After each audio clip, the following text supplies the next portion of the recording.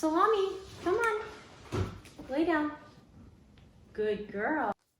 The Witches by Roald Dahl, illustrated by Quentin Blake.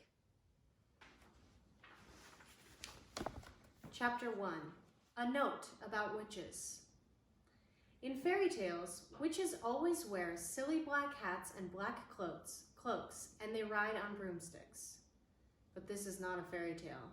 This is about real witches. The most important thing you should know about real witches is this. Listen very carefully. Never forget what is coming next.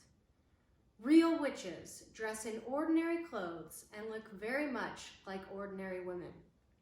They live in ordinary houses and they do work in ordinary jobs. That is why they are so hard to catch. A real witch hates children with a red-hot, sizzling hatred that is more sizzling and red-hot than any hatred you could possibly imagine. A real witch spends all her time plotting to get rid of the children in her particular territory. Her passion is to do away with them, one by one. It is all she thinks about the whole day long. Even if she is working as a cashier in a supermarket, or typing letters for a businessman, or driving around in a fancy car, and she could be doing any of these things, her mind will always be plotting and scheming and churning and burning and whizzing and fizzing with murderous, bloodthirsty thoughts. I'm scared. Which child, she says to herself all day long, exactly which child shall I choose for my next squelching? A real witch gets the same pleasure from squelching a child as you get from eating a plateful of strawberries and thick cream. She reckons on doing away with one child a week. Anything less than that and she becomes grumpy. One child a week is 52 a year. Squish them and squiggle them and make them disappear. That is the motto of all witches. Very carefully, a victim is chosen. Then the witch stalks the wretched child like a hunter stalking a little bird in the forest. She treads softly.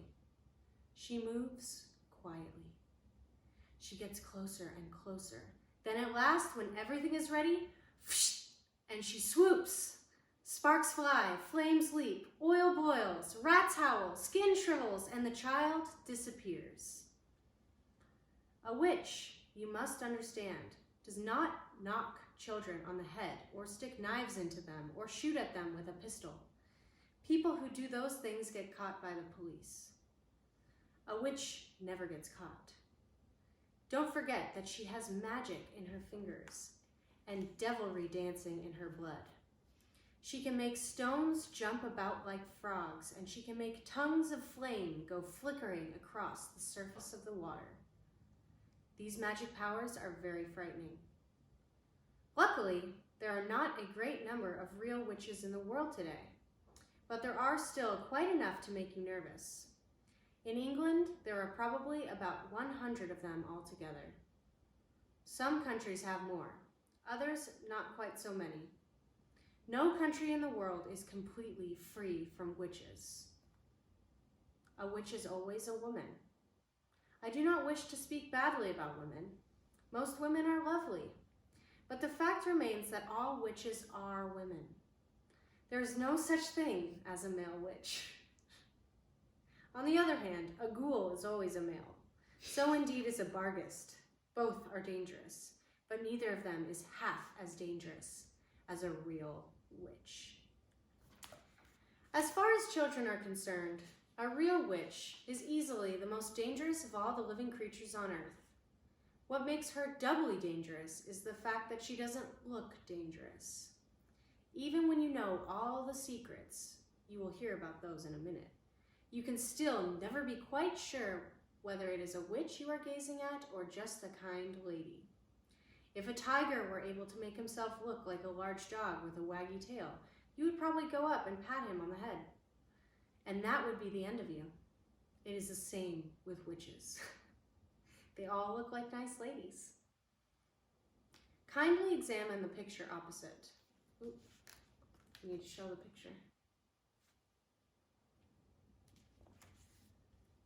Which lady is the witch? That is a difficult question, but it is one that every child must try to answer.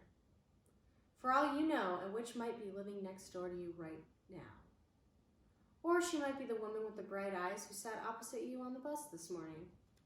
She might be the lady with the dazzling smile who offered you a sweet from a white paper bag in the street before lunch.